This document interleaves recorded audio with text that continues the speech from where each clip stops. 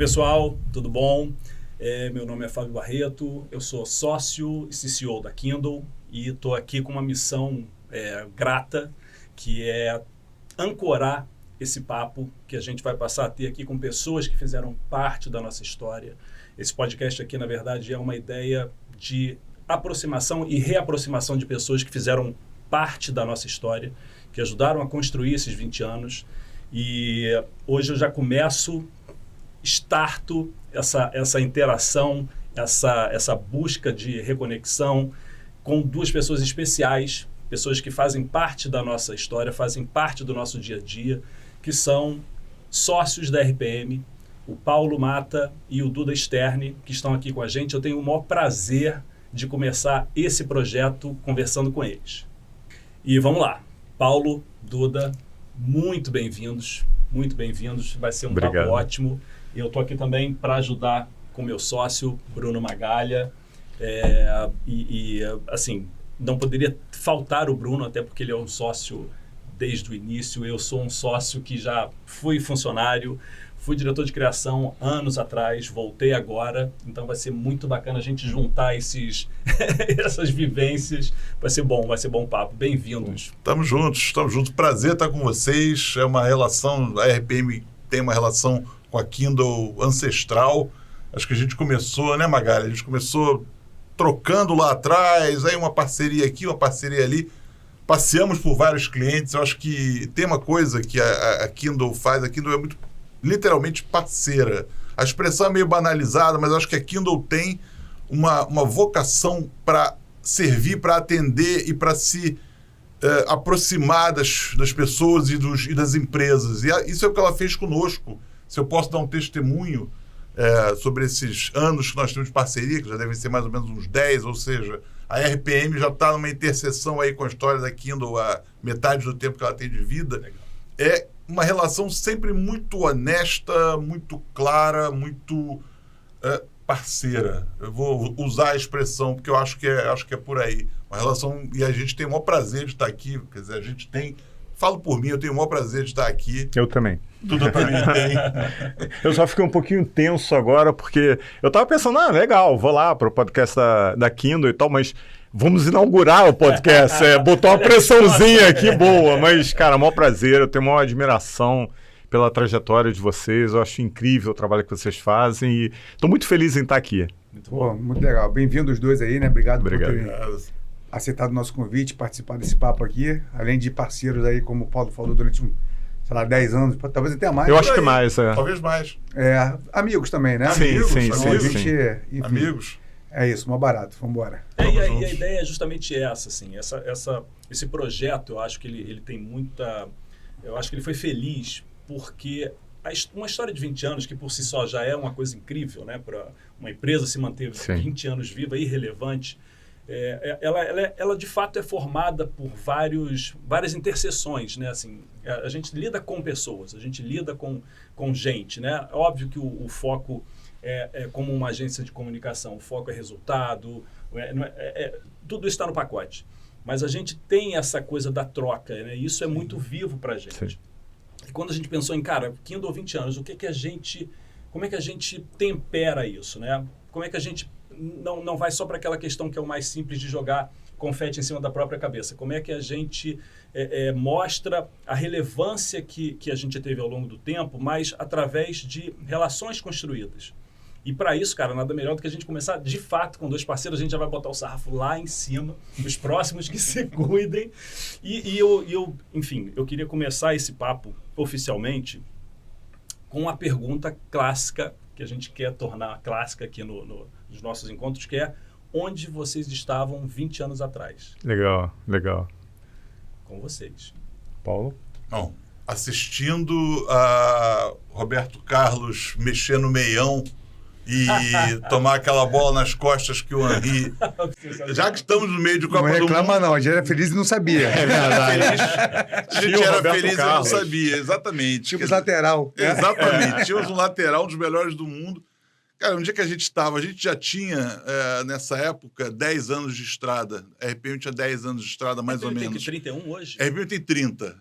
Eu minto idade. São 30, 31. A gente varia de acordo com a situação. Que mas é mais ou menos sensacional isso. também, né, cara? 30 anos é incrível. Com o mesmo CNPJ, é o que a gente diz. Né? Eu já ouvi algumas empresas também de serviços como nós dizerem, cara, X anos no mesmo CNPJ, sem ter jamais feito isso, sem ter quebrado e tal. É uma conquista. E a gente já tinha, na época, um trabalho muito forte com varejo. A gente trabalhava, como trabalha hoje, esporte. A gente recentemente fez um torneio de vôlei super maneiro, torneio internacional em Niterói. Na época, a gente trabalhava moto velocidade, a gente trabalhava vôlei, skate. Então, muito antes do skate ser olímpico, a gente já estava trabalhando com os caras sobre isso. Muito, muito bacana. E eu acho que a gente tinha um core, na época, que era assessoria de imprensa. Isso a gente vai falar ao longo do tempo aqui, ao longo desse papo, mas, naturalmente, como as pessoas mesmo percebem, isso foi se modificando com o tempo. Nós nos tornamos uma empresa de comunicação no sentido mais amplo do termo.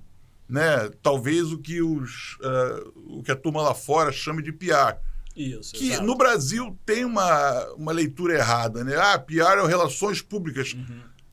Sim e não. PR é o publicist, como o cara diz. Nós também somos PR. Nós fazemos a relação pública do nosso cliente. Né? Nós botamos ele para fora. Então, a gente já vinha começando um caminho, entendendo como estava o mercado. Era um outro mercado, era uma outra realidade, o parque gráfico. A gente tinha muito mais coisas no Rio do que tem hoje. Né? Embora a gente não reclame da vida e continue curtindo o que a gente tem pro jantar, né? Então. A gente vai variando, somos produto de cada época, né? Produto somos de produto cada de uma época só. Com certeza. É legal você trazer isso, né, Paulo? Porque a empresa que faz assessoria de imprensa única, exclusivamente, né? Talvez tenha sido um setor que mais sofreu nessa transição toda, né? Dos veículos, né? Saírem das mídias tradicionais, televisão, rádio, né? Essa migração toda para o digital, né? Então, eu acho que a RPM ter começado com assessoria e ter expandido, né? o seu leque de serviços, ter sido adaptações que vocês tiveram que passar ao longo do tempo. Sobrevivência, né? É o nome do jogo, né? Eu acho que quando você começa a ver veículo fechando, o outro migrando para um mundo que o teu cliente não reconhecia como, ainda na época, ele não olhava e dizia, legal, eu quero sair na internet, eu quero sair no papel. Era a velha história, eu quero sair no papel. É isso aí. Aí, beleza, você tinha uma inserção maravilhosa do cliente, mas não era no papel, era online. Vai convencer esse cara de que o número de visualizações talvez fosse maior do que no papel. Sim. O tempo se encarregou de tornar isso até numa via irreversível, né, esse movimento. Então a gente começou a fazer muito gestão de crise, a gente fazia conteúdo, né? O Duda tem uma defesa que eu acho que é a mais legal, eu acho que é o que nos traz, eu vou jogar a bola para ele aqui, que é o trabalho com a informação. O que a gente faz com a informação? Quais são as saídas que a gente dá para a informação? Aí eu jogo. Legal. Começando aí, né, em torno de 20 anos atrás, eu sempre fui nerd, né? Então eu sempre tinha lá em casa, né, Duda Stern e Paulo Mata, por mais que não pareçam, são irmãos. E o Paulo, cara, quando eu nasci, ele tinha 3 anos e já era jornalista, sempre foi comunicador, comunicólogo e tal. E aí, cara, o espaço que sobrou para mim foi de nerd, de matemática, de engenharia. Fiz engenharia e fui lá ocupar, né? Só que no meio do curso de engenharia eu falei, cara, eu quero gerar impacto, eu quero fazer diferença na vida das pessoas. Como engenheiro, acho que eu não vou ser um bom engenheiro, né? Ou não um bom o suficiente para deixar uma marca. Mas, cara, esse negócio de comunicação é muito legal, né? Porque a nossa vida é pautada por comunicação. Tudo que acontece na nossa vida é resultado de alguma troca que, exato. Né, que gerou ali. E aí, nisso, eu, no meio do curso, falei, cara, eu vou abandonar a engenharia. E um professor genial falou, não, vai até o fim, usa a lógica da engenharia e vai para humanas, que é onde você vai se divertir. Perfeito. E aí, graças à engenharia, eu entrei na Shell. mas eu já entrei assim com o pé na engenharia, né, e todo o resto do corpo indo para o marketing. Um pé dormente na engenharia. Exatamente. E aí, uma vez um vice-presidente falou, cara, nós não somos uma empresa de engenharia. Então, se você quer ter uma vida aqui, se você quer crescer, a gente acha que você deve querer isso, né?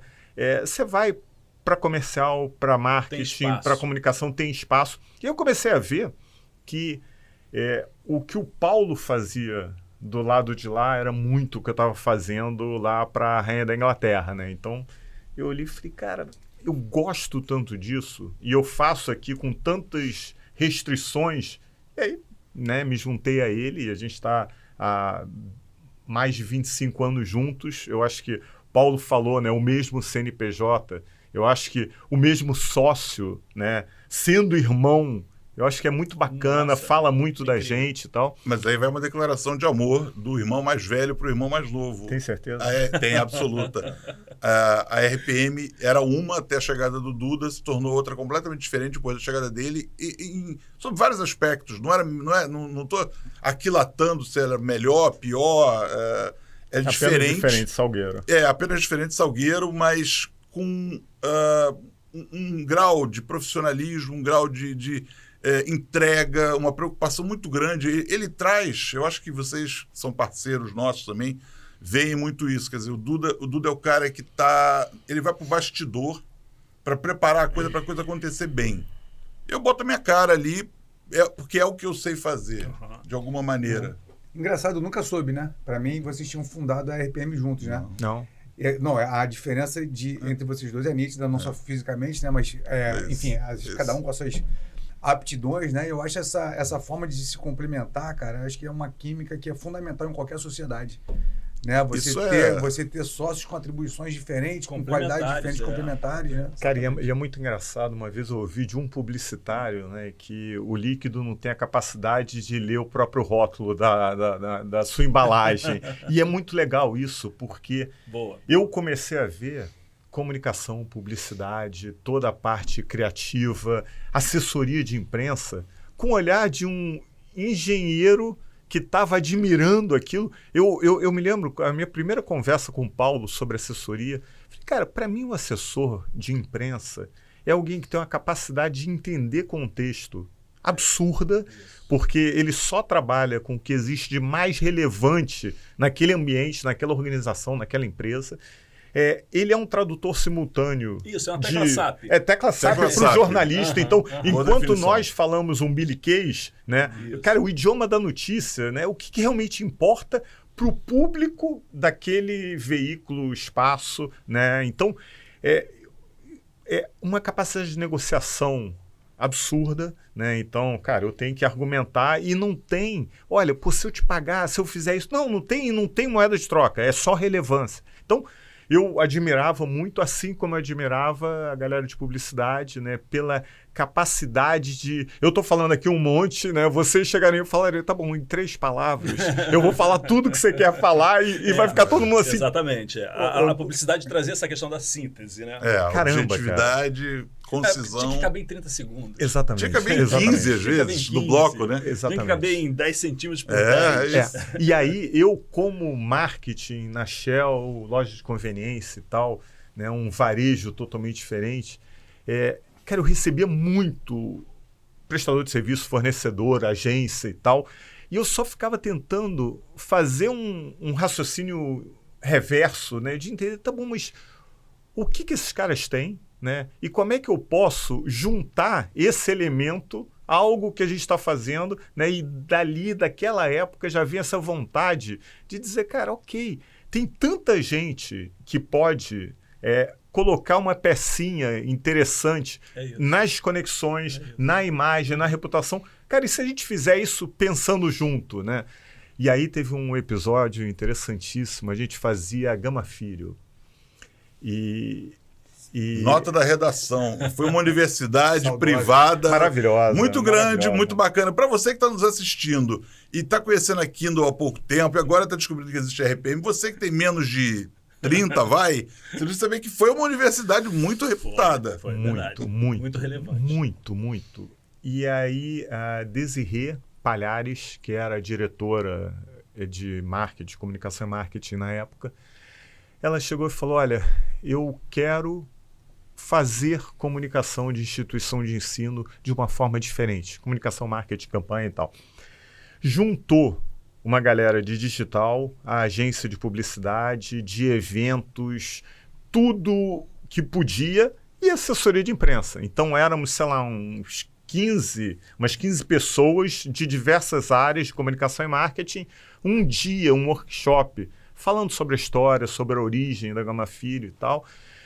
Então, gente, vocês têm 15 dias para processar isso e tal e trazer de volta o olhar de vocês, o olhar de cada um de vocês, para a gente depois integrar, ver como é que a gente vai fazer isso em eventos, no digital, não sei, beleza. Todo mundo vai ter meia hora para se apresentar. A RPM vai ter 15 minutos, porque afinal de contas vocês são só assessoria de imprensa. Ela não falou só, mas vocês são assessoria de imprensa e por trás eu ouvi esse só. Então, valeu, como vocês vão só divulgar o que for criado muito aqui de campanha? Não, cara, e desculpa, né? Eu não falei o nome das agências e falei o nome dela. Eu falei o nome dela porque eu tive uma admiração e uma gratidão. Isso mexeu tanto sim. Com a minha vida a partir daí. Esse olhar integrado, eu achei tão genial. Né? Mas teve essa coisa que não foi dela. Né? Eu estou aqui defendendo a Desirê porque ela é incrível. Né? Desirê, se você estiver vendo isso, cara, maior saudade de você, maior admiração pelo tempo que a gente trabalhou junto. Mas essa era a visão. Né? Então, todo mundo faz o marketing, e a assessoria divulga na imprensa. É só essa caixinha que a gente tinha. Você conta o que aconteceu de importante. Exatamente. Nós somos a fisioterapia na visão do outro. Nós somos como as pessoas enxergavam a fisioterapia em relação às ciências da saúde. É menos. Só que não é menos. Né? Talvez muito mais. Talvez seja muito mais... Não para nós. Ciência, a fisioterapia, sim, sem dúvida. A fisioterapia traga muito mais ciência Magalha, do que a gente... Estamos nessa, né? De fisioterapia. Isso eu entendo. E aí, como era, né, a Gama Filho na Piedade, o nosso escritório ainda em Copacabana, eu tive bastante tempo para vir xingando o mundo, né? Falando, por que eu faço isso? Por que eu sou tão pouco? Cara, eu cheguei no escritório e falei, gente, o negócio é o seguinte... disseram para a gente que a gente vai ter que divulgar, né, entender qual é o plano de assessoria de imprensa de uma campanha que vai ser criada. Como é que ele divulga algo que a gente não sabe? E aí eu comecei a discutir com o pessoal, cara, qual seria a campanha? Primeiro, qual seria a campanha que a gente criaria? E segundo, qual seria a campanha que daria algum mote para a gente trabalhar na opinião, né, na imprensa? E aí, a gente voltou na história da Gama Filho, né? Então ela nasceu de um ideal, né, que era ter a Suburbone, né, ter a Sorbonne do subúrbio. Cara, achei isso sensacional. Né? E aí, falei, tá, isso é um ideal. Agora, vamos pensar também posicionamento de mercado dessa universidade. Cara, ela quer ser a melhor privada depois da PUC. E ela é a melhor de medicina, na época era muito forte. E a gente falou, cara, ideal para o seu ideal. E trabalhou isso como se fosse uma campanha. E a gente falou, olha, ideal é um tema que a gente consegue discutir. Como a sociedade precisa ter um propósito, precisa ter um ideal. Legal, você já viu ali o que rendia de fato. O que rendia, eu criei a campanha, quando a gente chegou lá na reunião... Ela pediu licença para a agência e falou, cara, a gente vai seguir essa campanha. Nasceu de vocês, né? Nasceu da gente. O criativo, muito bom. Mas o que eu acho, né? Por que eu trouxe esse exemplo? Para dizer como essa ligação aqui que a gente tem, como ela faz total sentido para mim. O objetivo é, cara, eu preciso entender o cliente, eu preciso gerar um melhor resultado para ele. Sim. Quem pode ajudar aqui, né? O Paulo colocou bem, assim, essa história de... A parceria ficou muito desgastado, né? Ficou um termo muito desgastado, mas ela é em si o grande lance, né? O que a gente precisa realmente. As pessoas usam as palavras mal, né? Então a parceria é aquela coisa meio mal ajambrada, você faz um negócio para mim, eu não te remunero, eu não isso, eu não aquilo. Quando não, parceiros são entes que necessariamente não resolvem assumir uma sociedade constituída, mas trabalham juntos com o mesmo propósito, com os mesmos ideais, como ele está dizendo, Exato. quer dizer, princípios e tudo mais. Nós só somos parceiros da Kindle há mais de 10 anos porque nós temos um alinhamento moral, ético, de princípios com a Kindle. Exato. A Kindle nunca, nesses anos todos, nunca fez nada que, não digo desabonasse a conduta, não é nada disso, mas, tipo assim, nunca saiu isso aqui do trilho pra gente dizer, puxa, os caras estão... Repensar a parceria. Peraí, será? Mas eles querem isso? Não. Sempre foi uma coisa tão reta.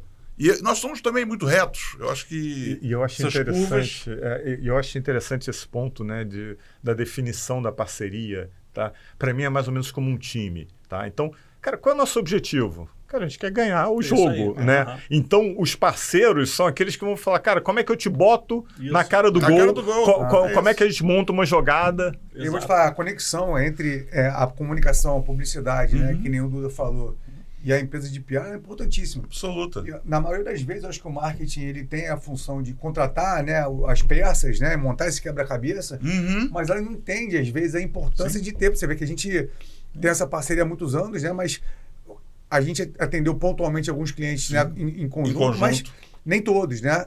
Na maioria das vezes, a gente não tem nem acesso à empresa de PR, de assessoria do cliente que eu estou atendendo. Então, e nem nós, a agência... Como é que você vai conseguir comunidade na comunicação se não existe essa ponte que não é criada, às vezes, pelo marketing? É isso aí. Sim, verdade. Né? Então... Exato. E trazendo para o que a gente estava falando de Copa do Mundo, é meio que o cliente acaba fazendo como na seleção. Você bota 2 para jogar, que são até podem ser 2 craques, mas que nunca treinaram juntos. Não se conhecem, não estão alinhados. E não tem tempo. Não dá tempo deles conversarem. Como é que bola você quer? Eu quero aquela... Lança assim, lança resolve aí. Quando justamente o Magali aborda acho que um ponto que é interessante. Seria ideal que houvesse, quer dizer, que o marketing dispusesse as cartas dele mais claras para todo mundo sempre. Isso.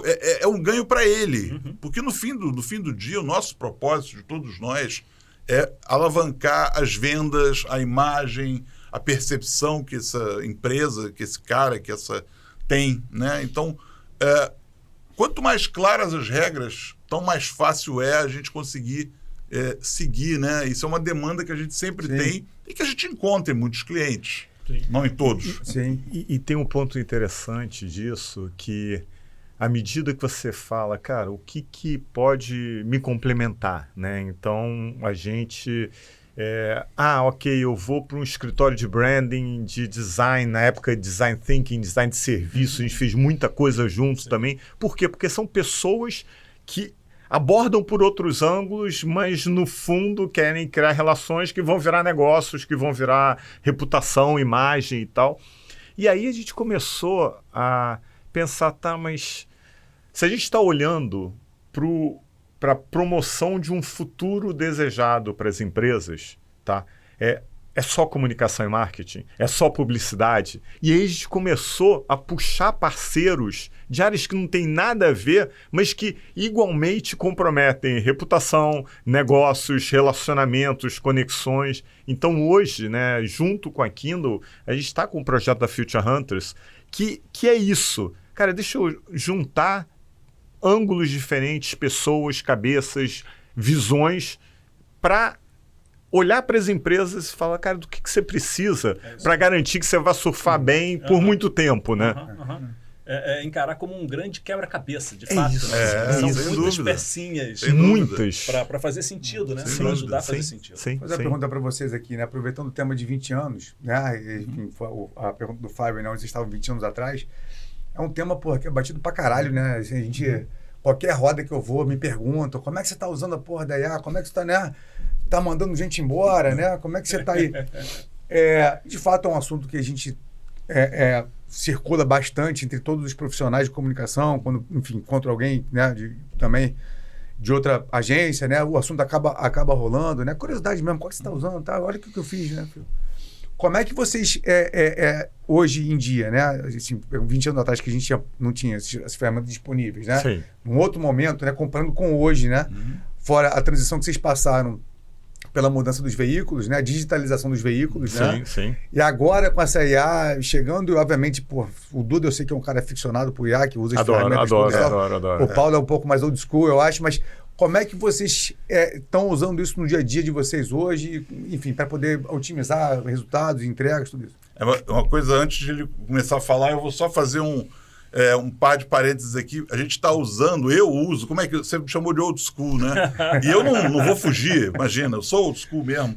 Mas, cara, a Kindle fez um vídeo de IA nevando no Rio, que na hora que eu recebi, eu fiz questão de compartilhar e mandei para geral. Então, tipo, a ideia era o Rio com neve, você desce o pico, você faz isso, faz aquilo, e aí tá nevando no Jobi.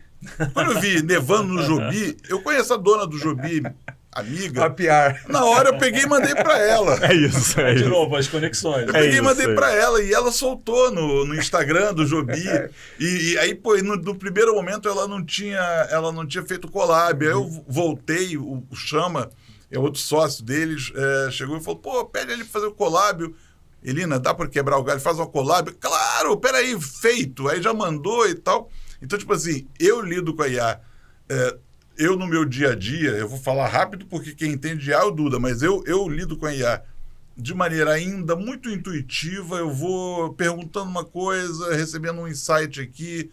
Às vezes eu peço dicas de pensamento, de pauta ou de mailing, eventualmente, mas eu curto muito o jogo da IA. Eu acho que a IA não veio para demitir ninguém. Acho que a demissão estava definida já e pode ser que ela ganhe o apelido de IA. Quer dizer, as demissões eventuais que aconteçam, que botem na conta da IA, eu acho que é porque ela tem os ombros, os costados largos. Mas é uma ferramenta maravilhosa. Maravilhosa. E aí eu passo para você, cara. É isso, né? Para mim, a IA é uma ferramenta, né? Eu acho que o Paulo tem uma IJ, a gente tem uma IH, né? Então, a inteligência humana tem que entrar sempre antes, tá? Então, não adianta, né? A gente tem criatividade e subjetividade, a gente tem coisas que, cara, não adianta porque mesmo que você pegue todas as informações, tá bom, eu vou escanear a tua cabeça, Magalha, e pegar todas as informações de que você dispõe. Ok, o jeito que você vai organizar aquilo é teu, e é teu naquele momento, juntando um monte de coisas que você nem sabe de onde veio, né? Então, é a tal da IA, inteligência ancestral. É isso, Sim, maravilhoso, maravilhoso. Que eu chamei de inteligência humana, mas é isso, né? É. E a inteligência jornalística, né, que eu atribuo ao Paulo e ao que a gente faz, o que a gente aprendeu a fazer, é o seguinte: como é que eu, em pouco tempo, consigo tirar da cabeça de uma pessoa ou consigo tirar de um ambiente informações, olhares, visões, experiência, conhecimento. Cara, a gente tem a história do lifelong learning, né? Cara, que hoje eu acho que todo mundo estuda e se interessa, e quem não se interessa vai ficando para trás, né? A curiosidade de aprender, né? Que é totalmente complementar a sala de aula. E cadê o lifelong sharing, né? Como é que a gente dedica um tempo a botar esse conhecimento para jogo? Então, foi feito um estudo no MIT, um grupo podia usar IA, um Google, outro não usar nada. E aí depois inverteram, né? Os melhores trabalhos disparados foram os que não usaram nada e depois botaram o que o Paulo falou, a ferramenta da IA, né? A IA como um facilitador, e aí é um facilitador incrível, né? Então, bizarro. Então, eu acho que o que eu defendo muito é que, cara, a gente vai continuar sendo imprescindível, tá? Sempre, mas eu acho que a velocidade com que a gente vai conseguir tirar informações de pessoas, de ambientes, ela tem que ser uma questão, e é isso que a gente vem fazendo, né? A capacidade de entrega aumentou muito. Muito. Então, vamos pegar como exemplo até essa animação que está passando na televisão. Eu estava pensando nela agora, cara. Então, a gente fez isso aí, eu fiz hoje de manhã isso aqui, rapidinho. Cara, vamos ter que fazer o primeiro nosso podcast, vamos fazer. O Fábio tinha feito esse ícone aí com IA, né, que é o microfone com a chama, que é o nosso ícone, né, o ícone da Kindle. Ela está inserida dentro do cara de forma bem subliminar, mas a gente sempre usou a chama como ícone, né? Enfim, Kindle inflamável, vem por causa do Bruno Chama e tal. E aí, ok, esse selo eu já tinha feito, né, pra gente criar e tal. E o Keep It Burning, que é o nosso slogan que a gente está adotando, eu apliquei. Aí eu fiz na mão mesmo, fiz no Photoshop, obviamente, não usei IA, mas esse foguinho animando ali e tal, eu não tenho nem capacidade de fazer isso em IA, não sei fazer, né? Joga no VO3, vai lá, faz uma animação. Então, assim, a capacidade de entrega, óbvio, com direcionamento, né? Isso aqui é feito com direcionamento de quem entende de comunicação. Então, você dá uma Ferrari na mão de um cara que é barbeiro, vai bater no carro na esquina, né? Não, tem que ter qualidade. O prompt tem que ter qualidade, né? Vamos combinar também. Para você usar a IA, você tem que dar um bom prompt. Senão ela não vai entregar nunca o que você quer. Ou algo acima até 2 vezes do que você espere. Você tem que ter discernimento de fazer as boas perguntas. Exato. E só quem faz boas perguntas e boas provocações e conversa consegue usar a IA na plenitude do que ela tem para oferecer, né? Exato. São dois pontos importantes aí nessa questão da IA, né? Um é esse pré, que é o prompt, que é você saber para onde você quer direcionar.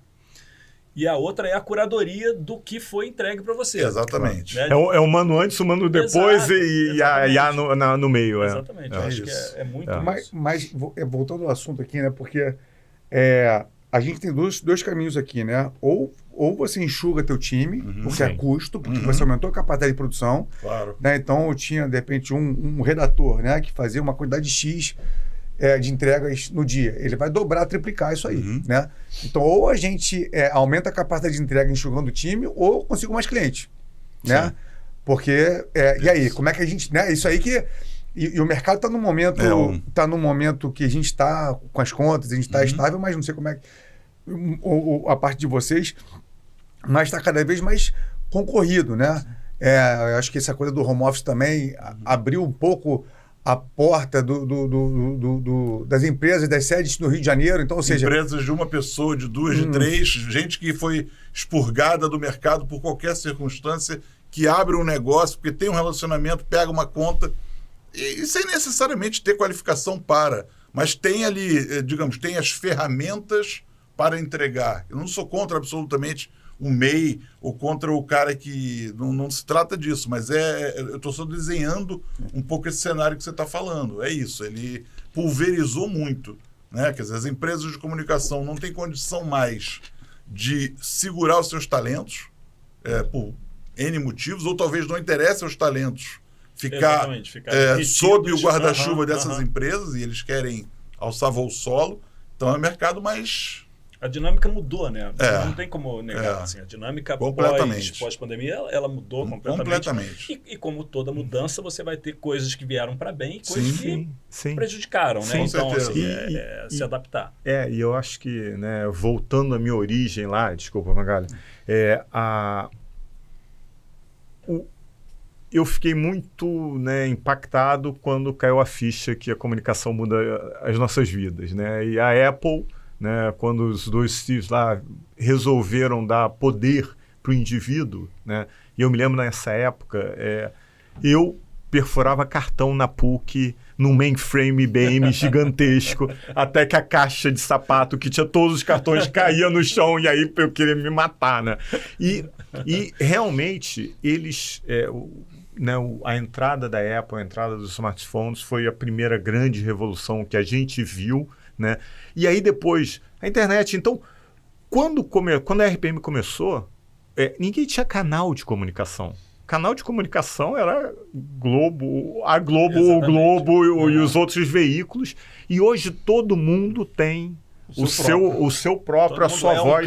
É um canal. E aí, isso aqui é um canal. É isso. Exatamente. E aí o que eu acho mais interessante é isso, né? Porque hoje você tem, você tem uma concorrência maior, né? Você tem uma necessidade de otimizar, porque alguém está fazendo com pouco recurso humano e muita IA, mas você também tem muita gente se comunicando, precisando se comunicar de uma forma profissional, precisando trabalhar sua marca, seja uma empresa pequena, seja uma startup, seja uma pessoa, né? Então, eu acho que isso mudou muito o jogo. Mas você ia fazer a pergunta sobre como é que a gente lida com essa história. Como a RPM se adaptou, se adaptou, né?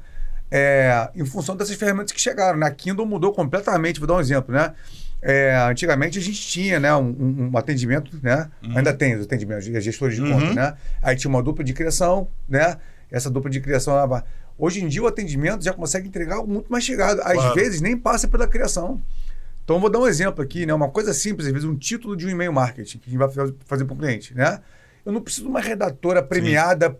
Não, eu preciso de alguém que entenda de comunicação para poder fazer aquele negócio funcionar. Sim. Né? A gente tem um redator profissional no bolso aqui agora. Claro, né? Então, se você souber direcionar um redator... Claro. Porque eu também nunca fui um bom redator, mas sempre soube direcionar o redator. Né? Você sempre soube dar o prompt bom. Isso. Só que não tinha essa expressão. E analisar o que chega, principalmente, também. Claro, a né? curadoria que o... Porque o IAD, às vezes, de matar, às vezes, eu sou filho da puta, não tá vendo o que eu tô mandando, não, faz essa merda. Isso é burra, às vezes tem a burra artificial, né? Mas, enfim, então... E ela mente. Mente, filho da puta. A IA, várias vezes, a IA, quando não sabe, eu já peguei a IA mentindo, e assim, charlando, dizendo coisas, eu olhei e falei... Mano, acho que não é isso. Peraí, aí você vai... Não, e pior ela puxando teu saco, né? Que Ideia genial! Você fala, cara, desculpa, vamos ao ponto, né? Aí vai ser sincero, aí ela vai lá e revê. Mas a pergunta era essa, né, cara? Como é que a gente lida com isso? Vocês tiveram que fazer algum tipo de adaptação em relação a processos, formatos, estrutura, perfil da pessoa que você contrata, esse tipo de coisa? Na verdade, eu acho que o que a gente fez foi olhar cada vez mais para essa questão jornalística. Tá? Então, o que antes para a gente era, ok, eu vou fazer uma apuração jornalística, eu vou entrevistar o cliente para gerar um release. Não, agora eu vou entrevistar para ter uma base para toda a comunicação, para integrar a estratégia com... E aí, assessoria, o relacionamento com a imprensa virou um pedaço. Então, o que a gente fez foi... olhar para o nosso processo como isso que o Paulo falou, da informação antes. E aí, botar mais energia nisso, porque a execução é mais fácil. Só que o relacionamento está cada vez mais difícil. O relacionamento é a ponta final. Justamente a ponta final e assim, onde dói, porque essas mudanças, as disrupções, né, menos veículo, menos isso desemboca no cara do relacionamento. Né? Quer dizer, você constrói toda uma base de conhecimento sobre, você identifica para onde tem que ir, mas é você, na ponta final do relacionamento, que tem de fazer a liga. Né? Quer dizer, tem que fazer com que o influenciador, com que o podcast queira entrevistar, com que o veículo dê matéria sobre... E isso também está muito ainda ainda está, eu diria que se adaptando, ainda né? É uma adaptação com o avião voando. Mas a gente está no meio de um gerúndio, né? Estamos.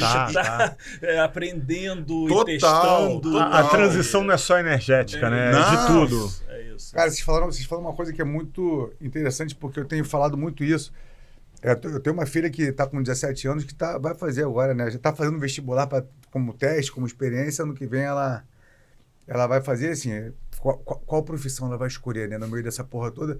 Cara, assim, o que ela vai fazer que não depende tanto de tá? Como ela é apaixonada por esporte, ela sempre, gostou, desde pequeno, incentivei também, mas ela criou um monstro, né? Ela vai ver tudo, fica vendo, sabe notícia do Flamengo hoje de eu descobrir. Mas eu tenho falado muito com ela sobre as profissões, né? O que ela pode fazer, tá? E ela é muito boa aluna.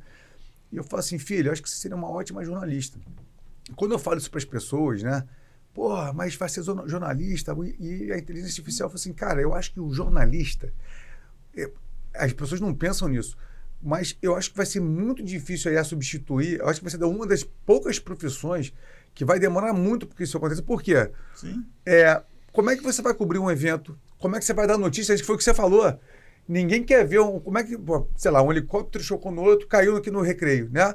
Como é que uma IA vai identificar o que aconteceu, vai transformar aquilo, vai lá apurar os fatos? Como é que isso depende do jornalista? E além disso, onde é que você discerne o que é fake do que é fato? Quer dizer, essa história de fake, as pessoas não conheciam, até que as fake news ganharam um espaço grande, ganharam uma proporção avassaladora. E aí, quando você avança e todo mundo diz, o que eu faço? Você olha e diz, espera aí, as instituições tradicionais... olha para elas. E aí você olha e diz, não, peraí, eu quero saber se realmente é isso ou aquilo, porque as versões eram muito conflitantes. Você ia lá num veículo com o qual você tinha uma relação, checar, tá, não saiu aqui. Ou então o veículo criou as suas curadorias de conteúdo para dizer é fake. Né? E isso é feito por jornalistas, isso é feito por gente que discerne o que é verdadeiro do que não é. E eu acho que a gente tem exemplos para essa garotada, para a tua filha, que diz, não sei, vou fazer jornalismo ou não vou. O jornalismo vai ser um diploma que ela vai ter. É necessário o jornalismo para entrar na Cazé TV, por exemplo? Eu não tenho certeza se é. O Casemiro provavelmente não é jornalista.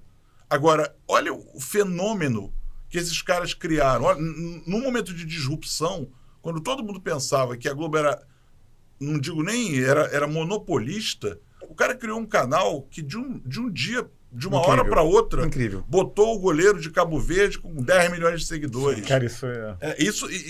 Aí você vai me dizer, isso é a força. Vozinha. Isso é a força da comunicação. Que é o que o Dudu está dizendo, que sempre será importante. A comunicação entre nós sempre será importante. Qual é a caixa? Se eu vou ligar para a TV Globo, ou se eu vou ligar para a produção da Cazé TV, para tentar que a Fernanda Gentil... O meu trabalho de relacionamento na ponta final é botar meu cliente falando com esses caras. Falando com a tua filha, com o meu filho de 17 também rubro-negro, também devorador de notícias, né, em tempo real. Meu trabalho é entender como é que está. Então, quando você pergunta, mudou. Eu antes tinha que pensar no Globo, Jornal do Brasil, no Dia, na Veja. Eu hoje tenho que pensar no Bruno Magalhães, filho, que tem um canal dele. O canal dele está onde? O canal dele está no Twitch. O canal dele está no... Cara, eu não sei onde está. Mas eu sei que tem... É aquela coisa, quando morreu um cantor, vocês vão lembrar disso, Cristiano Araújo.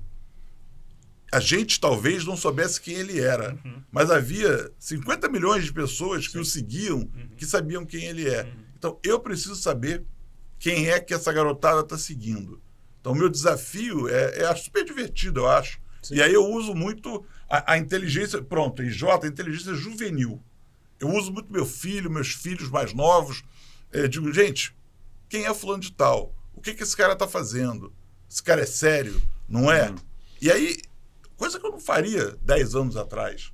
Eu não precisaria perguntar para meus filhos quem é o repórter do Globo que cobre não sei o quê.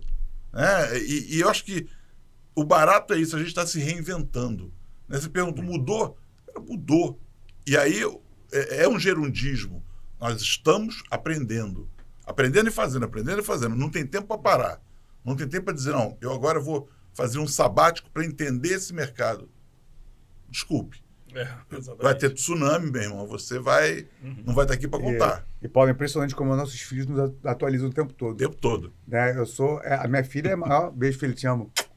A minha filha é maior. Como se diz? É minha atualizadora dos Trend Topics, né? Tudo que tá acontecendo.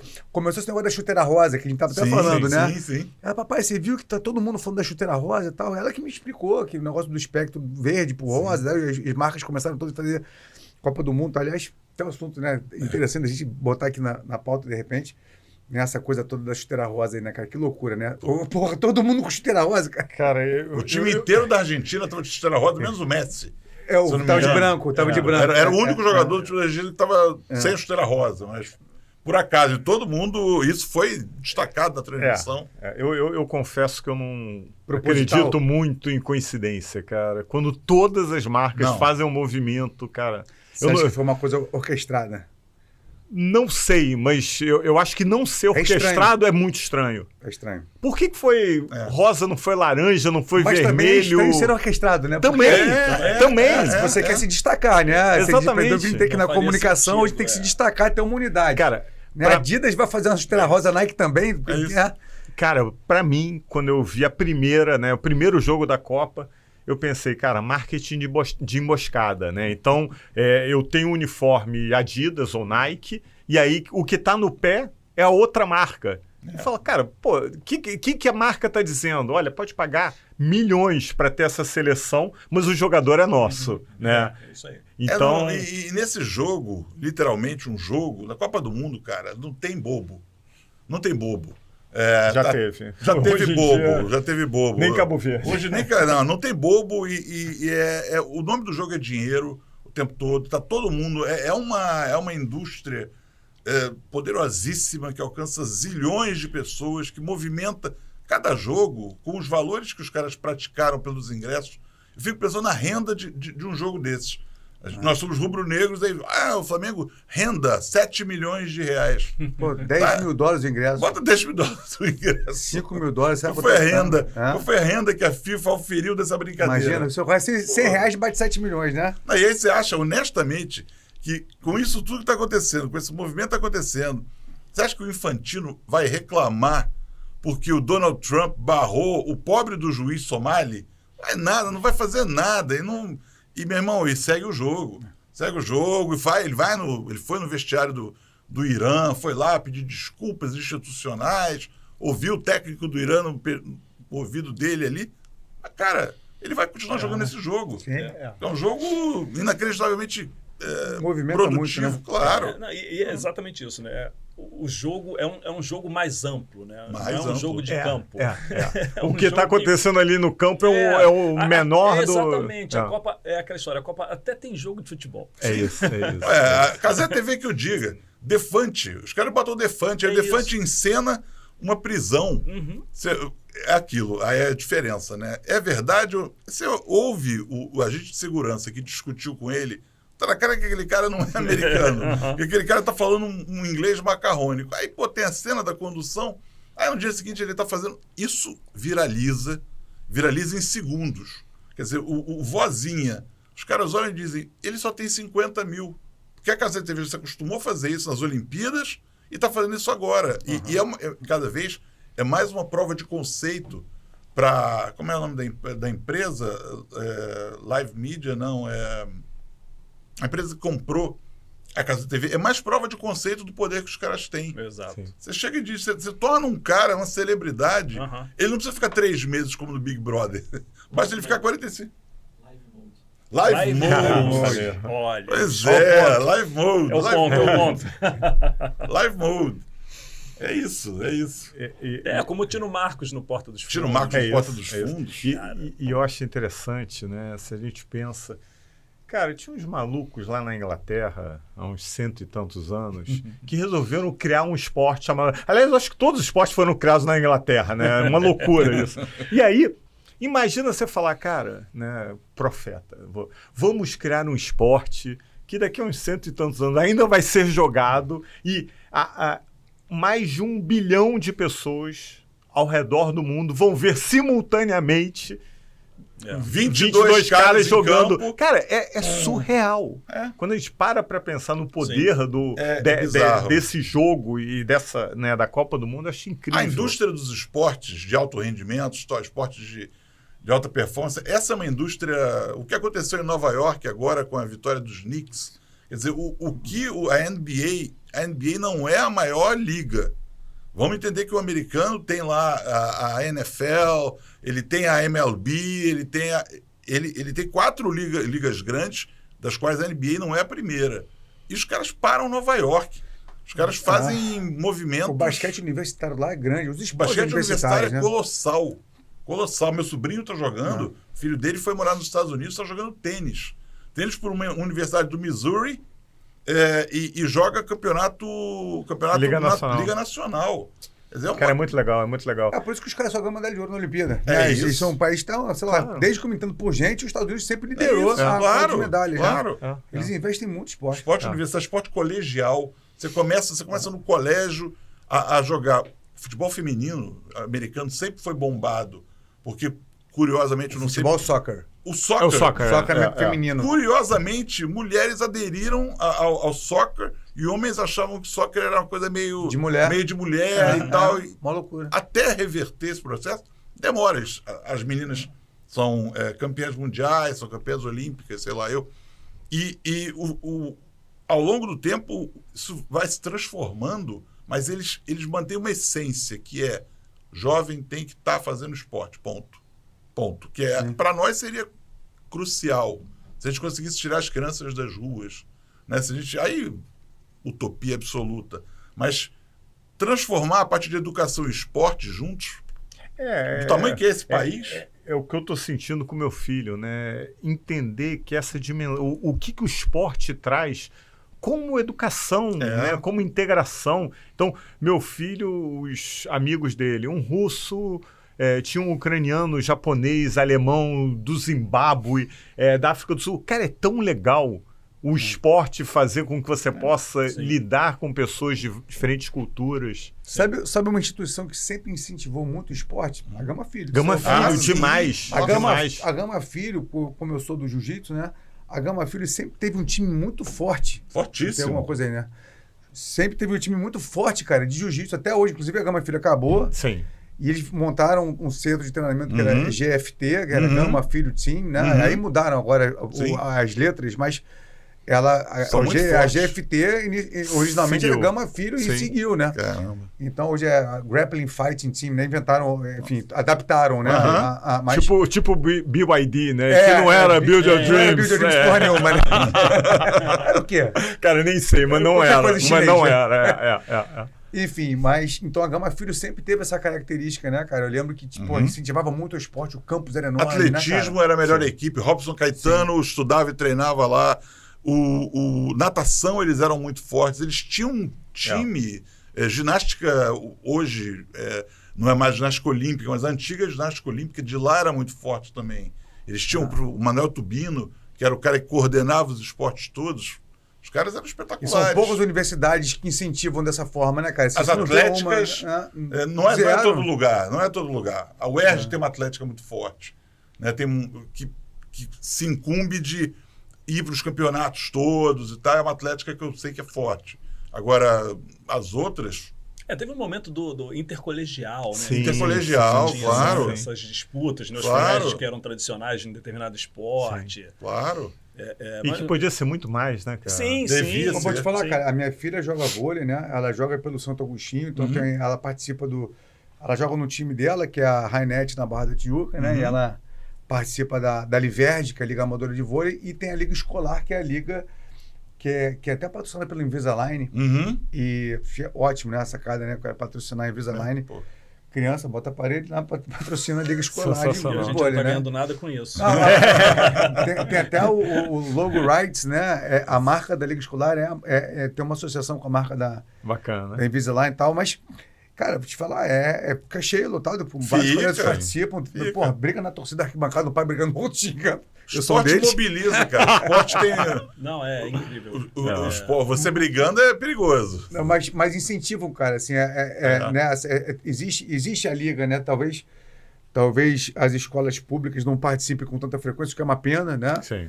Mas isso devia ter com mais frequência, devia ter na universidade, né? Total, a gente não tem isso aqui, a gente está muito atrasado. Total. E falando de liga, né? Existe um ranking mundial de tênis chamado UTR, e se eu não me engano o Federer comprou.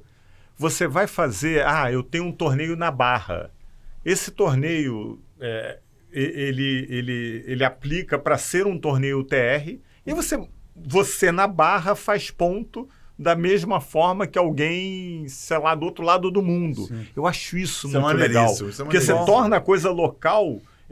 Você cria um parâmetro... Você globaliza o localzinho, exatamente. Então eles estão competindo sem nem jogar um contra o outro. Sem nem jogar um com o outro. E aí quando chega na faculdade, sabe, cara, qual é teu UTR? Entendi. Pô, é sensacional. Muito bom. Né? Se pega esse exemplo para outros esportes, você pode fazer um torneio que, em tese, é ali intramuros, ter uma comparação com outras ligas, né?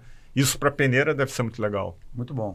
Que é um raciocínio meio de gamer também. Sim, né? sim. Porque a gente está falando, todo mundo falando de filhos, vou falar da filharada do lado de cá. As minhas duas filhas, né, mais velhas, por exemplo, vivenciaram muito isso. Uma jogou vôlei, a outra fez ginástica olímpica, aí, enfim. Viveram esporte, acompanhei muito, fui a jogos, fui a apresentações. E o meu caçula, por exemplo, é completamente avesso a esporte. Mas, em compensação, adora jogo. Sim. tem um outro tipo de interação ali, né? Que às vezes eu não consigo acompanhar e tão bem. Para mim não é tão visível. Mas você tem que acompanhar bem, porque você tem que é um ver, universo... Exatamente. Você tem que ver como é que a coisa está acontecendo. Como é que é uma outra dinâmica, né? Eu diria. E aí, de novo, falando de comunicação, é um outro nicho. É um outro público. É um outro olhar sobre o mundo, né? E é uma realidade bizarra. É uma realidade bizarra, exatamente. Um dia passei em frente à Pharmacy Arena, eu não sabia o que era, eu rapidinho joguei para ver. Era um torneio daquele de LOL ou de qualquer... LOL é o que eu consigo dizer, tá, gente? Mas tem 500 modalidades e você olha, você vê mobilizar 10, 15 mil pessoas para assistir e o cara ser ídolo. Isso. E esse é um fenômeno interessante, né? A gente olha para o mundo hoje, né? Excesso de informação, né? As pessoas não dão atenção, não sei o quê. Elas dão atenção para o que interessa a elas. Elas têm menos... elas têm... são mais ansiosas em entender isso me interessa ou não. A partir do momento que interessa, cara, maratona uma série, você vai ficar 12 horas vendo uma série. Mas eu acho que isso tem um viés interessante, é uma democratização da oferta das coisas. Na verdade, é o seguinte, é driven pelo teu interesse, não é, eu não vou jogar alguma coisa. Antigamente a gente fazia, o que você tinha? Um canal de televisão ou dois, você assistia a essa programação, tinha audiência inercial, né? Você não mudava o canal, então as empresas de publicidade bombavam nos intervalos, porque você ficava lá sentado. Era ali que você estava. Exatamente. Acabou o que era doce, agora é o que eu quero, eu não quero isso, eu não quero aquilo, eu quero aquilo outro, quero maratonar. Agora, eu não quero ter anúncio, então eu compro premium. E, a Amazon, aliás, gente, aqui pra Amazon, tá, galera? O saque da Amazon eu vou ter que cutucar. A Amazon, eu tenho o premium e eles prometeram lá atrás que não haveria anúncio. E tem anúncio agora. E agora você tem que comprar um outro pacote. E cada hora você acrescenta Amazon mais um... não era, né? Prime. Né? E agora, aí você vê, aí você vai assistindo o negócio... intervalozinho, aquela coisa chata, com todo respeito. Lógico, mas é isso. Como a gente aprendeu a não querer o anúncio, você compra o Spotify Premium, o YouTube Premium, o desafio das empresas de comunicação o que eu faço? Exatamente. Eu faço branded content. Eu vou entrar. Como é que eu entro nesses caras se esses caras não estão querendo comprar o meu anúncio? Sem ser um incômodo. Sem ser um incômodo, sem ser uma invasão. Eu faço isso. Para quem é publicitário, isso gera um dilema mental, né? Sem dúvida. Porque eu não quero escutar o anúncio do Spotify. Mas, eu também quero que o anúncio patrocine os canais, porque quanto mais gente fazendo publicidade, melhor. Se todo mundo pagar para não ter anúncio, aí, fecha a agência, né? Lógico. Mas quem está dizendo isso, desculpe, quem está falando isso com maestria, quem está fazendo isso com maestria é a Cazé TV. Volto a dizer. Os caras, a Live Mode, estão educando o público a fazer o seguinte: se inscreva. Aí eles começaram a Copa com 20 e tantos milhões de inscritos. Aí a meta era chegar no Jogo do Brasil com 30. Eles não conseguiram até o Jogo do Brasil, mas pouco depois. Estão com 31 e alguma coisa. E a cada jogo que eles transmitem, eles fazem algumas vezes. Aí o que eles começaram a fazer? Um puxa, aí vai o Casemiro e chega e diz: gente, eu sei que isso é chato, a gente prometeu não fazer, mas vocês têm que entender o seguinte: nós transmitimos 6 ligas com tudo para vocês e essa roda só funciona se eu tenho uma inscrição. Fala, desculpa. Porque o que eu faço com isso? Eu tenho público, eu tenho anúncio. Então, eu abro janela no meio da transmissão com Budweiser, com Heineken, com Brahma, com tudo. Gente que sabe que eu tô lá e faz durante a atividade, durante o que está sendo exibido. E os caras conseguem fazer a gente entender que, cara, no pain, no gain. Se você não entrar aqui para o meu jogo, se você não clicar naquele botãozinho, não estou te pedindo dinheiro e nem vou começar a te cobrar para você assistir o Brasileirão. Mas se você não entrar aqui, eu vou ter menos condição de oferecer Premier League como eu estou oferecendo agora. E eu acho que é isso, né? Primeiro lugar, né? A gente falou que os nichos viraram mercados grandes porque você não está dependendo mais de poucos canais. Então, hoje não tem mais a escassez do acesso a informação do acesso. Então, o que antes era um nicho, hoje é um baita do mercado. Esse é um primeiro ponto. E o segundo ponto, eu acredito que cada vez mais é no relacionamento que a coisa vai se criar. Então, a gente vai formando comunidades em torno de pontos de interesse. E aí, a marca que souber fazer, a marca, o canal, vai ser parte dessa comunidade. Né? E aí não vai ser uma interferência. Não vai ser uma interferência, vai ser vai fazer sentido. Isso é nosso, a Cazé é nossa. Né? Eu acho que isso é muito legal. Muito legal. Porque tem essa sensação, a gente criou a Cazé. É isso. A Cazé saiu, surgiu o esporte interativo, os caras... Pô, o Casimiro era um cara igual a mim, o cara começou e virou um influenciador grande, criou um canal de TV, tá com prédios, tá querendo os caras agora estão querendo a Casa Cazé, a Casa Cazé TV. Como tem a casa da NBA, como tem a ESPN faz, como a Globo faz. É bizarro. Somos sócios no propósito. Sócios no propósito. E aí fica mais fácil, fica mais, eu acho que palatável um pedido como esse, sabe? Uma coisa assim, porque mais tudo fica mais humano. Aqui, exatamente. Exatamente. Eu acho que faz todo sentido, assim. Sim. E cara, de fato é um case, né? Assim, Mas eu acho que para nós o desafio da comunicação, da publicidade, do marketing é justamente criar isso, né? Criar essa proximidade, né? Fazer com que, cara, a marca abrace a pessoa e fale, cara, isso é nosso, né? Os caras fazem diferente. Eles estão... eles entendem, a sacada é marketing puro, mas eles entenderam o seguinte, onde é que eu vou me diferenciando do que está estabelecido? Você não quer mais o Galvão Bueno? Tudo bem, eu tenho o fulano de tal, eu tenho o Luizinho, eu tenho o locutor não sei o quê. Aí o que os caras agora estão fazendo? 104 jogos e 104 jogos na íntegra. O jogo pode ser 1 da manhã, eles transmitem. Onde é que você tem isso? Na Cazé TV. Então, os caras conseguiram se adonar, eles criaram um negócio para eles, tipo, é Copa? Esquece. É o slogan deles. É Copa? É conosco. Olimpíadas? Era com eles, porque era lá que você ia ver tudo. Você não ia ver um pedaço, só o que a Globo quisesse. É impressionante, né, cara? Sinistro. Sinistro. Engraçado, né? Isso, você estava falando de como isso fragmentou. Sim. E como agora, na verdade, não é que a pessoa não tenha a atenção, né? Na verdade, ela só tem que agora fazer uma escolha entre muitas opções. Que a gente não tinha. E que outro dia eu estava ouvindo uma declaração de um cara muito interessante, que era o seguinte.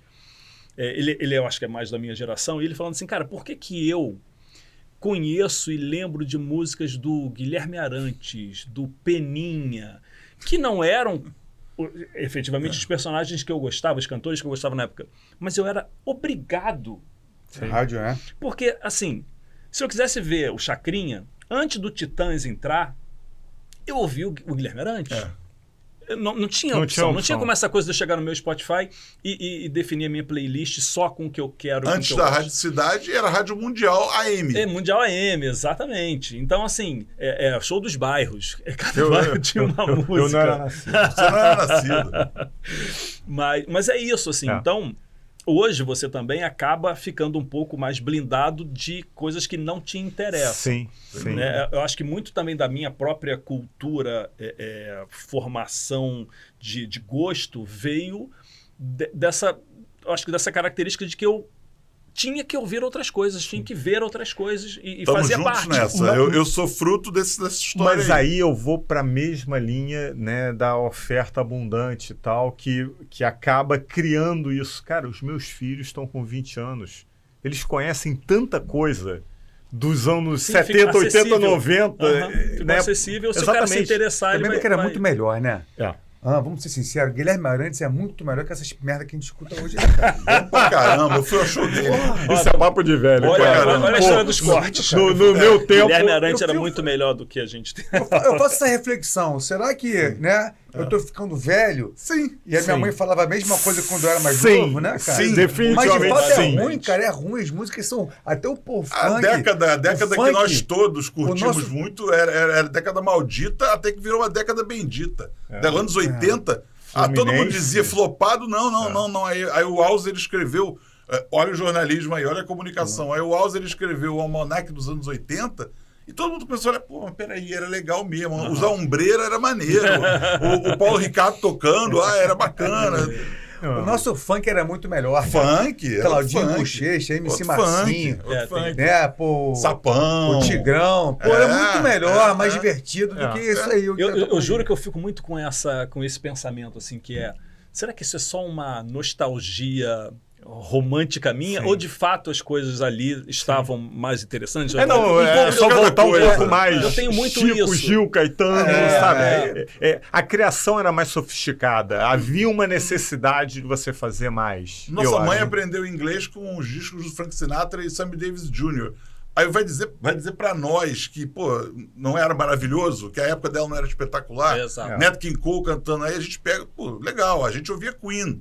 Também aprendi muito de inglês ouvindo Queen, ouvindo bandas gringas e tal. A galera de hoje também, minha filha também aprendeu o inglês, só que com músicas dos anos 2000. Diferentes. E ela tá lá. E a gente ainda viveu o tal do B-Rock, né? Assim, sim. A gente ainda teve isso, né? Só isso dá um episódio. Eu fui no Rock in Rio 1. Fomos. Né? O que mostra que o tempo passa. Estávamos lá. Muito bom. Exatamente, cara. Você viveu a história acontecendo. A história. Cara, incrível. Assim. Muita lama nas costas. Muita lama nas costas. E o Rock in Rio, aí voltando a falar de comunicação, de eventos, cara, o Rock in Rio eu acho que ele é um exemplo de insistência, né? De persistência. Sim. É o melhor, eu acho que é o melhor produto que o Medina criou na vida dele inteira. Mas quanto ele quebrou até o negócio dar dinheiro. Quantas edições de Rock in Rio foram incrível. É resiliência, né? Resiliência total. Quando perguntam para mim, estava batendo papo com uma ex-colaboradora nossa que montou uma agência há pouco tempo, né? E ela estava falando, pô, mas tá difícil o mercado. Eu falei assim, Babi, resiliência. Resiliência é a palavra, porque não é fácil ser empresário nesse país. Não, ninguém ajuda. Nesse estado, nessa cidade, né? E, cara, mas é super compensador. Se você tiver resiliência e talento você tem, você vai chegar lá, cara. Vai demorar um pouco, ou não vai demorar, vai chegar mais, vai chegar menos. Mas... Sempre que vem a palavra resiliência, eu me lembro que eu sou engenheiro, né? E o conceito de resiliência é aquela definição de deformação plástica ou elástica. Imagina que você puxa um elástico, ele volta à mesma configuração que ele tinha. Puxa um plástico, ele nunca mais vai ser o mesmo. Então, para mim, resiliência é a capacidade que você tem de aguentar a pressão e não mudar. Seguir em frente. Eu acho que isso é muito bacana. Eu vergo, mas não quebro. Exatamente. Eu comparo muito... Por muito tempo atrás... Não sei se você lembra, Fábio, saiu uma matéria minha no Pequenas Empresas e Grandes Negócios.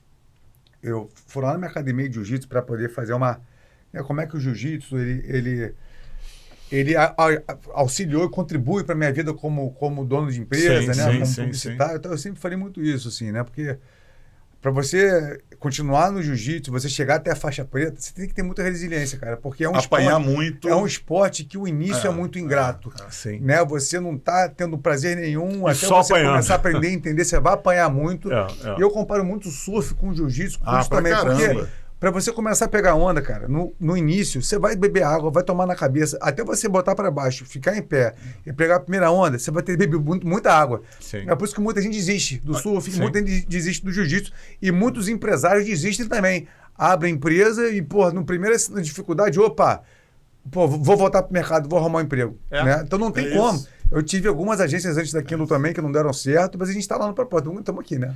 Para mim é como o rock, né? O lutador. Cara, você vê o cara tá apanhando, cai no chão e levanta e bate mais. How much you can hit, but how much you can get. É isso. É muito bom, muito bom. Exatamente. E eu acho interessante, assim, até trazendo isso também para essa discussão, porque a gente tende a valorizar muito isso, né? Da pessoa que teve a persistência, de que venceu, de que foi à frente. Mas eu também acho que tem um outro lado que também é legal, que é quando você percebe que também não é aquilo. E muda o rumo, e muda o curso da tua vida. Cara, até onde eu vou persistir, até onde eu vou entender que, cara, não é para persistir. Porque realmente, por exemplo, eu não tenho... Cara, não fui desenhado para ser um empresário. Você é um excelente executivo. Você é um excelente... E não é defeito nem qualidade, né? Não. É só você entender qual é o teu jogo, né? É isso, exatamente. Então, assim, por exemplo, e não são coisas excludentes. Sim. As duas coisas convivem no nosso ambiente, né?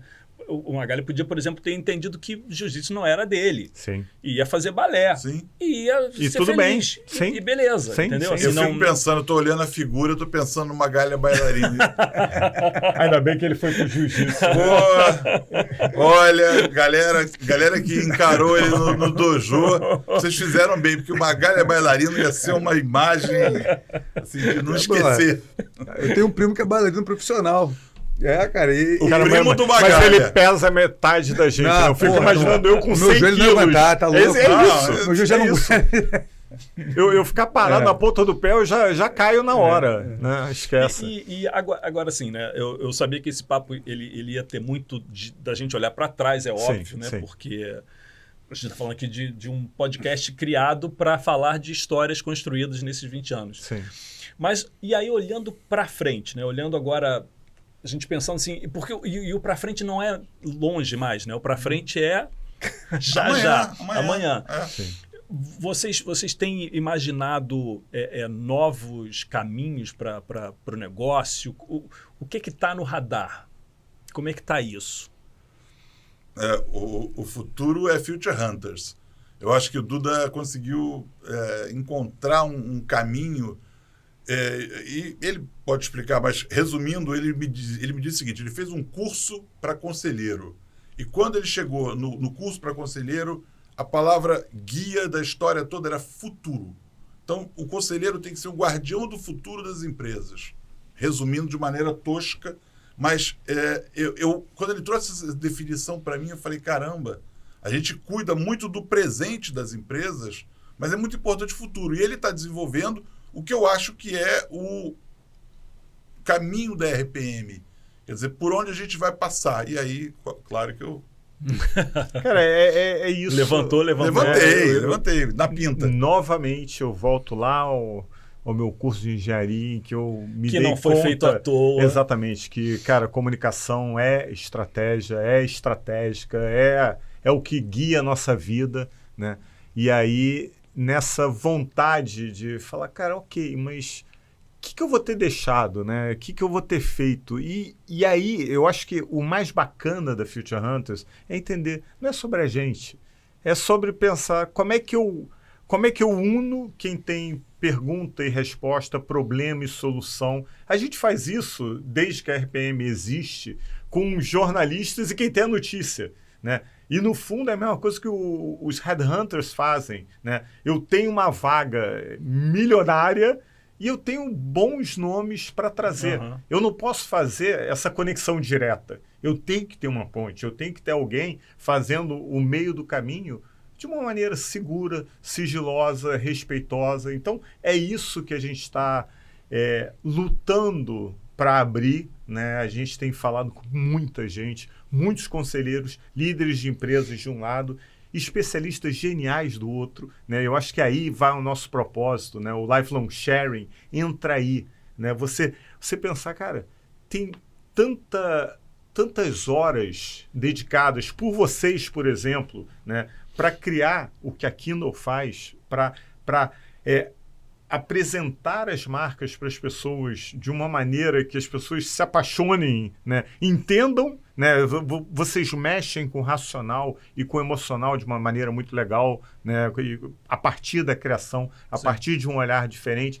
Cara, como é que eu dou visibilidade para isso? Para quem está precisando nesse momento de se entender como marca? Isso... o exemplo de vocês, mas a gente pode botar qualquer exemplo nessa história. Do regulatório ao ESG, passando por RH, né? São pessoas com um profundo conhecimento que a gente está buscando justamente criar essa ponte para que as empresas abram o jogo. É literalmente isso. Cara, deixa eu ver tuas cartas, deixa eu ver o que está tirando o teu sono. Pronto, agora a gente vai jornalisticamente ao mercado encontrar Quem tem isso? É. Quem pode entregar isso? Esse é o ponto. É como você chegar no médico e não contar o que você está sentindo. Exatamente. Assim, eu quero uma solução, mas eu não vou te dizer que eu tô com isso aqui. Ninguém chega no médico e fala assim, pô, me dá esse remédio. Né? Você vai no médico para que ele te direcione. Dizer, cara, eu tô sentindo isso, só que normalmente quem está à frente das empresas tem muitas travas para dizer, né? Não quero ninguém aqui batendo na minha porta para me vender nada, não quero me mostrar vulnerável, não quero mostrar que eu não sei isso. Exato. E por aí vai. E isso, né? é um puta talento de vocês nesse caso, né? Dessa leitura da pessoa e de criar um ambiente seguro. É isso. É onde está a longevidade. É isso. A longevidade, a gente olhar, quando você perguntou amanhã, depois do amanhã, olhar para frente, a longevidade está em, ao longo do tempo, encontrar caminhos para não se tornar obsoleto, né, de alguma maneira, ou para não se tornar, para não virar mesmo, para não parar. Né? Eu acho que o negócio é não parar e criar o tempo todo e ter esse tesão de trabalhar. Eu vi alguém dizer isso ontem, e eu falei com a pessoa, eu amo o que eu faço, eu acordo todo dia e amo o que eu faço. Meu filho mais velho não ama tanto o que ele faz, mas ele faz muito bem. Então eu digo, já é meio caminho andado. Faça muito bem o que você faz. Talvez um dia você ame, talvez você nunca venha a amar. Talvez eu tenha sorte de amar o que eu faça. Do jogo. Pô, preciso mijar. Tô me contorcendo aqui. Não, e acho que a gente tem que fechar também, Tem que fechar. Posso fazer xixi de fechar, cara? Eu tô realmente quase mijando nas calças. Pode. Não é de sacanagem, eu tô me contorcendo aqui. Então, agora que o Magalhães tá de volta, que já resolveu a vida dele, eu preciso terminar. Sim. Cara, eu sabia que isso ia render, eu sabia que ia ser papo bom. É o primeiro. Fiquei muitíssimo feliz mesmo, de verdade, assim, porque assim, eu não sou um cara eu não sou um apresentador, né? Eu sou um criativo que sempre trabalha atrás das câmeras, pensando no que a gente vai fazer, como é que é um roteiro para isso, mas gosto muito de conversa e gosto muito de bom papo. Então, assim, acho que foi, né, Magali? Foi muito legal, foi ótimo, né? Sempre bom, né? A gente conversa tanto, né? Porque, pô, será que vai ter assunto? Assunto não muito falta, bom, né? né? Foi Assim, muito pessoas bom. que realmente a gente gosta. Obrigadão mesmo. Primeiros, né? Os primeiros a participarem. Exatamente, aqui. os primeiros. Gente, é o início de um projeto que a gente realmente pensou com muito carinho. Não é, óbvio que aqui o objetivo não é a gente virar um canal e ter milhões de visualizações, não é isso. É muito mais montar um registro de bons encontros, de boas conversas com gente que faz e já fez parte da nossa história e ajudou a Kindle a chegar nesses 20 anos. E vamos nessa, vamos para os próximos. Obrigado, gente. A gente quer agradece. Foi um prazer. Saúde para Kindle. É isso aí. É isso. Valeu, gente. Valeu.